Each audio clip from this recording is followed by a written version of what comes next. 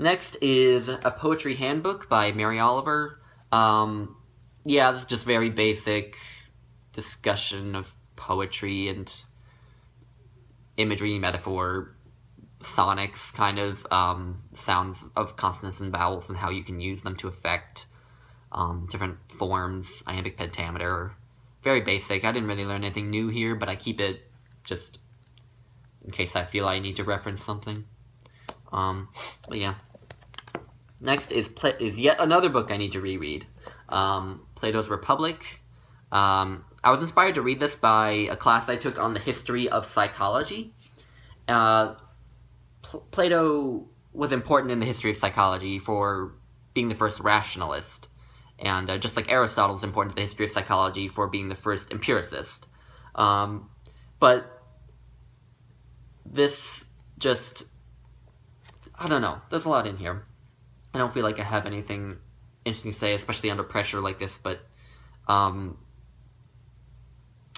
he looks at what is justice, and he comes up with an interesting answer. An answer that I don't entirely agree with. Anyway, maybe one of my goals for reading in 2018 will be to reread all the books that I have gone through here that I have said I need to reread. Maybe that will be one of my 2018 goals, because I don't do enough rereading. Or either I don't do enough rereading, or I do so much rereading of one particular book, like the Silmarillion, that I don't read anything else. Anyway, next is another cover that tells you very little, but this is Marilyn Robinson's book, Absence of Mind, The Dispelling of Inwardness from the Modern Myth of the Self. This is the book form of her Terry Lectures. Terry Lectures are I believe, annual series of lectures given at Yale University, which are about the kind of confluence of science and religion. And they pick a different person every year. It's quite an honor, I think, to be picked for the Terry Lecture. And she talks about what she calls parascience, which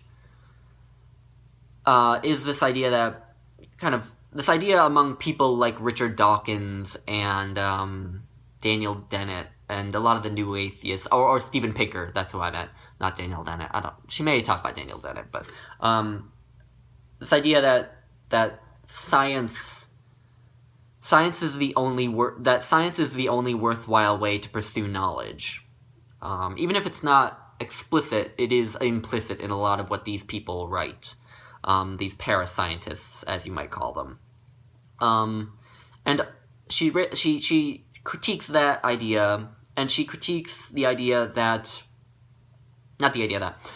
fact that a lot of these parascientists tend to kind of overly reduce human experience to the desire for sex, basically. And she sees this as stripping human beings of their dignity, because the human brain is the most complex object that has ever existed, as far as we know. So, we should be able to be amazed at that, and should acknowledge that that is a significant event, even if we will one day all die, and will ultimately, everything we do will be unimportant and forgotten. But, for now, we are here, and we're able to have these experiences with our brains, and we should celebrate that, and make the most of it. And this sort of evolutionary idea that all of art, intellectual endeavor, is simply done for the sake of reproduction, just kind of, in her mind, is a disservice to humanity. Anyway, next is one I'll be posting a video of. It's The History of Alexander by Quintus Curtius Rufus, which I had a lot of fun reading. I love Alexander the Great. It made me want to read more of these, old historians, like Curtius, but Tacitus and Herodotus. So I'll hopefully be reading more of that. Yeah, this was a good time. You don't go to things like this for the historical accuracy, you go to them for a fun time and kind of a psychological study of what people wanted to think of history. So, yeah, but I'll talk about that more in the video. Next is Essays and Aphorisms of Arthur Schopenhauer. Schopenhauer, maybe even more than Nietzsche, kind of blew my mind when I first experienced his philosophy. This wasn't my introduction to his thought. My introduction to Schopenhauer came in the form of a series of videos done by a great channel called the Academy of Ideas. And I'll link that channel below because it's great. He talks about Schopenhauer, he talks about Nietzsche, he talks about Jung, just a lot of thinkers, and talks about psychology, philosophy, political science, just lots of... He has a video on the Stoics. He has a lot of things. It's a great channel. You should check it out. Yeah, Schopenhauer, one of the most pessimistic philosophers ever, but he kind of came up with the idea of the hedonic treadmill before psychology ever came around. The hedonic treadmill is this idea that humans tend to set ourselves some kind of a goal. We say, well, I'll be happy when I achieve this, when I get my college degree, or when I get my PhD or something. And then we tend to once we achieve that, it's kind of this anticlimax, and we're just like, okay, well, this didn't make me happy, now what do I do? And basically, either you sit there and you just fall into this existential crisis, or you just kind of set another goal that supposedly will make you happy. And he articulated that years before psychology was talking about it. And yeah, that's a very pessimistic view of human nature, but I think it's a very honest. Yeah, I like Schopenhauer to the extent that you can, you can actually like Schopenhauer. I guess I'll say I don't like him so much as he had a big influence on the way I think about the world and life. Yeah. Next is yet another book I need to reread, Regarding the Pain of Others by Susan Sontag. This is where she discusses how photos affect the way we perceive the events that the photos document. And I don't remember much from it, unfortunately, which is why I need to reread it. So I don't feel like I can say anything about it, so there's that. The last books here are mostly kind of boring, but here's The Elements of Style by Strunk and White. Good rundown of grammar and style. Good manual to have if you're writing anything. The Book of Forms by Louis Turco, which is just a big book of different forms of poetry from all over the world.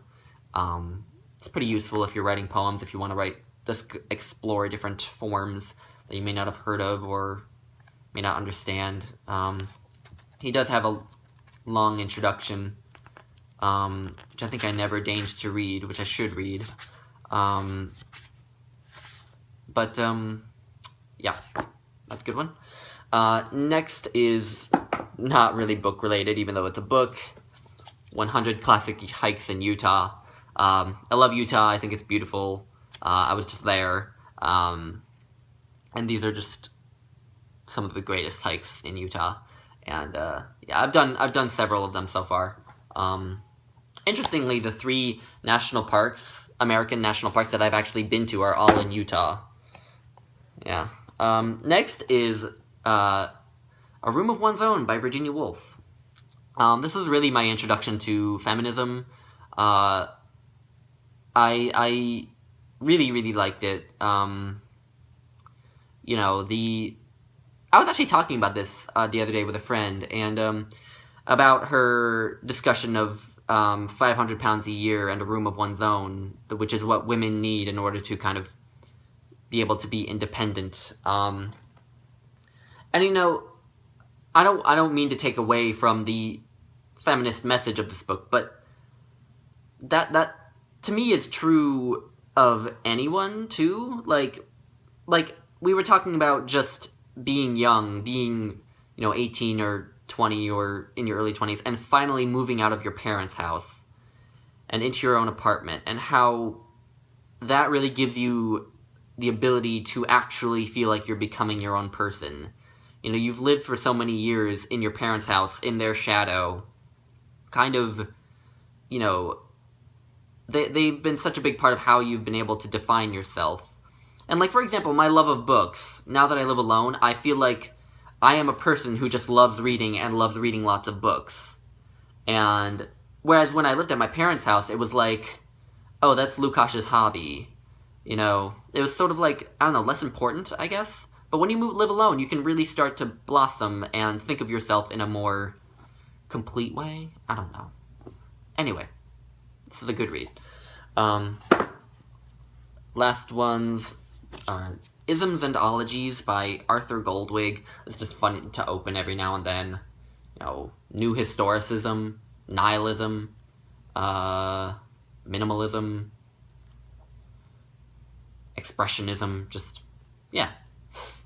Culture studies. Yeah, this is fun to just open every now and then, and it's a pretty good reference, I guess. I haven't used it that much, but I couldn't help but pick it up. It's another one I got from my grandpa when he was emptying out his shelves. And the next book is also like that one, another one that I just kind of grabbed because it looked irresistible when my grandpa was emptying his shelves. It's Dictionary of Philosophy and Religion. Yeah, again, sometimes I do open this and just find something random and read up on it. But I haven't read it that much yet. I should read more of it. But there's that. Next one is kind of a relic of a phase I went through where I was really into cooking. I do not cook for myself nearly enough, but it's my Czech Heritage Cookbook. Just tons of Czech recipes. Czech food is delicious. Nowhere else will you find a better avenue for potatoes and butter and cheese. Although as a vegetarian, I'm a vegetarian. As a vegetarian, it can be rather sad to try to make Czech food. But that still leaves open all of the desserts, and Czechs do know how to make desserts. Yeah, there's that. And the last ones are all national park related. I'm just going to kind of do them all at once. This is a book of all the national parks in the U.S., which I bought while I was at Canyonlands National Park.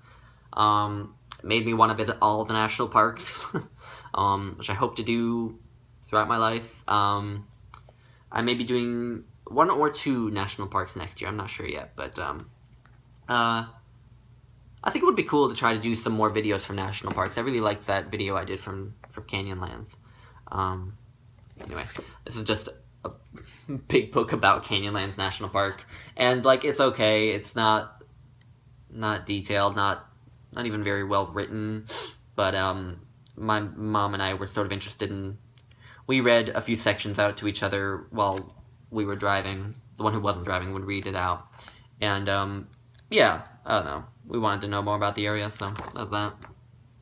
And last is just some book of hikes in Canyonlands and Arches National Parks. I've been to Canyonlands, obviously, but not to Arches National Park. But yeah, there's that. And so that's nonfiction. The last video will be of those books right there. So, thank you for watching, guys. Goodbye.